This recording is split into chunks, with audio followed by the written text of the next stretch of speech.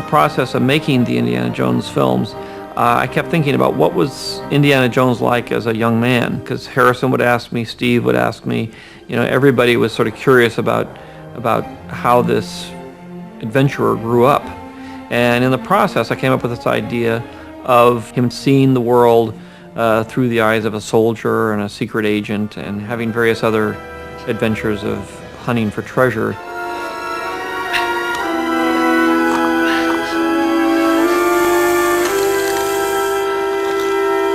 It's a diamond. Well, I always try to cast in my films the best actor that seems to fit the character best.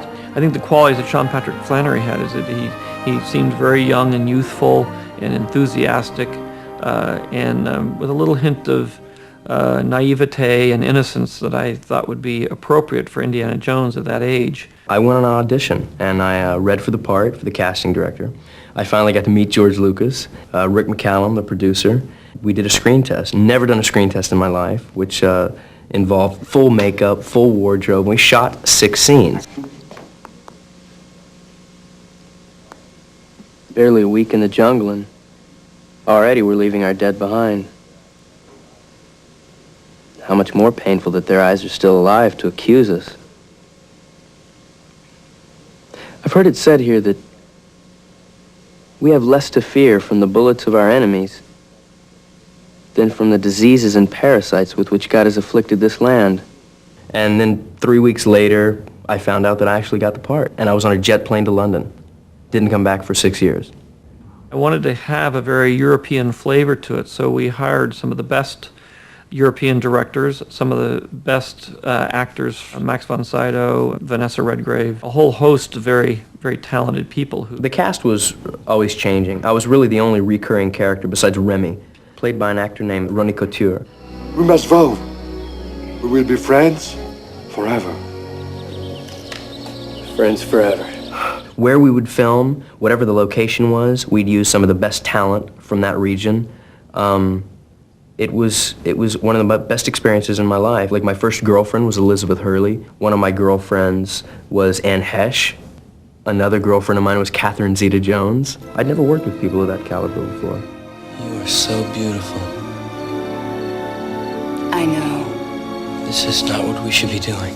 No. It's not professional. No, it's not.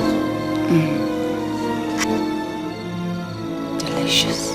When we were shooting the Albert Schweitzer story, we were right on the edge of the Kenyan border with Somalia when the Americans invaded there. It was at the intersection of the Tana River and the Indian Ocean.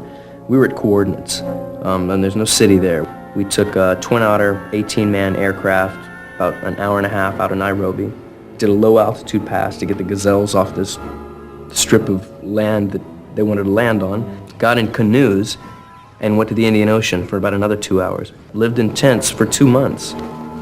I mean, if that's not the way to shoot an Indiana Jones episode, I don't know what it is. While some of these Indiana Jones films are fun and comedies, and some of them are adventures, some of them are very grim. The war years are a very valid recreation of what was actually going on with no man's land and trench warfare. It was horrific. The whistle would blow. Thousands of guys would go over the trench and charge machine guns.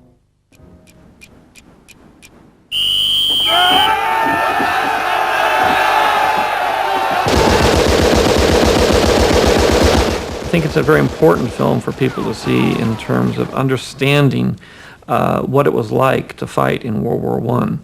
You know, in preparation for the role, Vic Armstrong, one of the most prominent stuntmen in the business, he taught me everything from, a lasso, the whip, how to mount a horse when it's in mid-stride, to one of the scariest things that I've done, which is probably involves the least of my ability, is hanging from the 9th floor in a spiral marble staircase in Prague, Czechoslovakia by my fingertips. And I have a harness on, but the cable that the stunt guys are saying, oh no, it's test weighted at 4,000 pounds. Well, it's the size of, fishing wire. But hang on by my fingertips and just take it for granted that this cable can support my weight, that is unnerving. It was a very exciting time, and it was very exciting to produce because we were able to shoot it on location in the real places where these events took place. We wanted all of the locations to be real. If you see, Egypt 1917, we went to Egypt. We didn't shoot it on a Hollywood backlot. If you see Russia, we filmed it in Russia.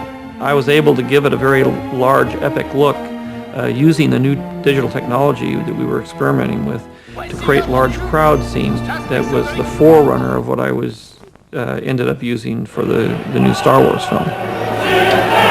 Obviously, Indiana Jones is a fictitious character, but I wanted to make the other characters in the piece as accurate as possible to give you a real intimate picture of what some of these very famous historical figures were like. I would get about an inch thick stack of research material, telling you about the real characters involved and what their life was really like. I mean, there are so many people who are pivotal to the way we think now in the last part of the 20th century who existed at the last part of the 19th century and the beginning of the 20th century. It was a real joy to be able to work with all these important figures and be able to touch upon them with Indiana Jones's life. Hey, Ernie Hemingway from Chicago. Indiana Jones. Most people call me Indy. Indy. Ernie? Thanks. I am a great lover of history, and I think it's very important for young people to understand the humanities, of which history is a major part. I think if young people see that people who have accomplished a lot are not that much different from the way they are, it gives them a little bit more freedom to think outside the box and to think that they can do great things. I know archaeology's not treasure hunting. I learned a lot about the way people live and things that they hold sacred. There are all kinds of ways of life in this world. One is not right, one is not wrong. Understanding others, we can accept them, and through acceptance comes a peaceful world. Yeah. Good night, Indy. Good night.